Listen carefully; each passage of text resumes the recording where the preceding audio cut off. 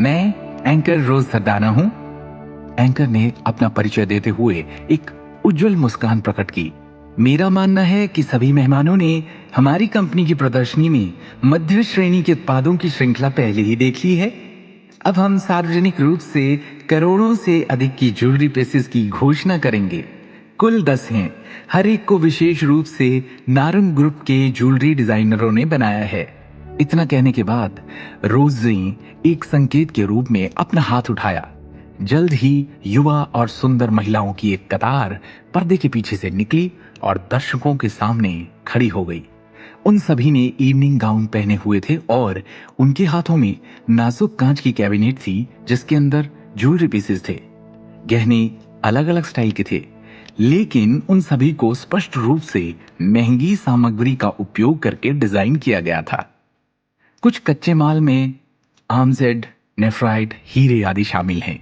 एक पल के लिए हॉल उन गहनों से परावर्तित प्रकाश से जगमगा उठा।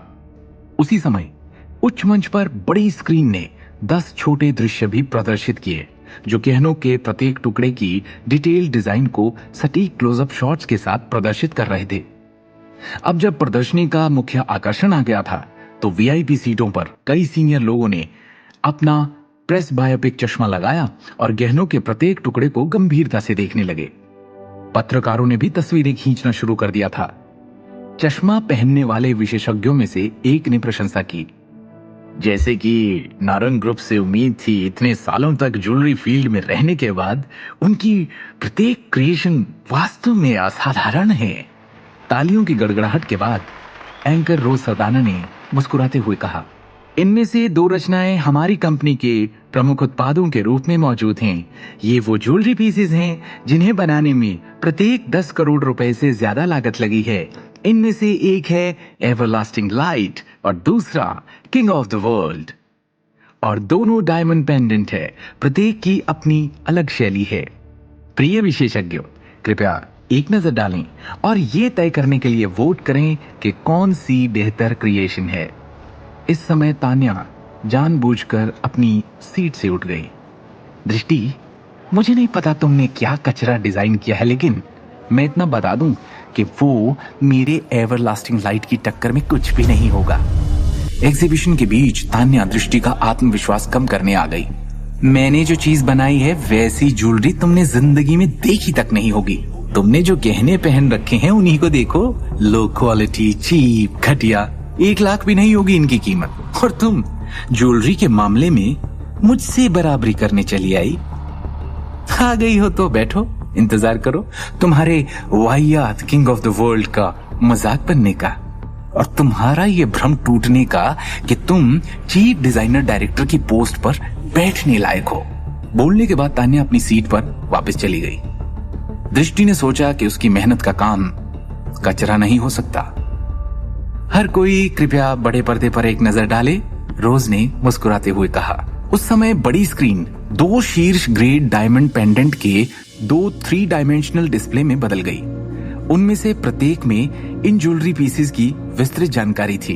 तान्या का एवरलास्टिंग लाइट एक छोटी बूंद के आकार का लटकन था जिसमें नीले हीरे का मुख्य सामग्री के रूप में उपयोग किया गया था।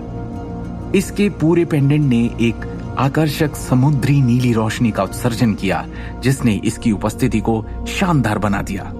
दूसरी ओर दृष्टि के king of the world pendant के केंद्र में एक अजीबोगरीब हीरा जड़ा हुआ था। इसकी घुमावदार सतह एक आत्मा उत्तेजक प्रकाश को दर्शाती है जिसमें इंद्रधनुष के 7 रंग शामिल थे।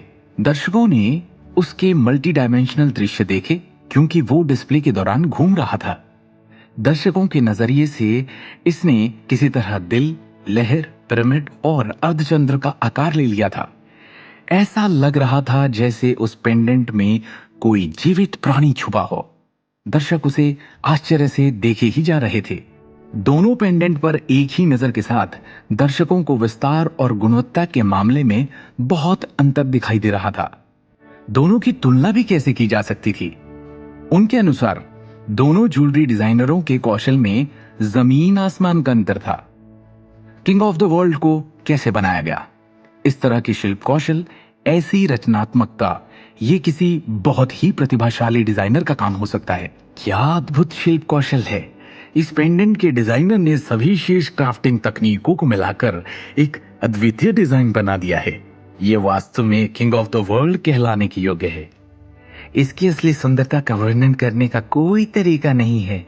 इस तरह के एक शानदार गहने का मालिक होना कितना शानदार होगा। महिला अतिथि में से एक ने कहा।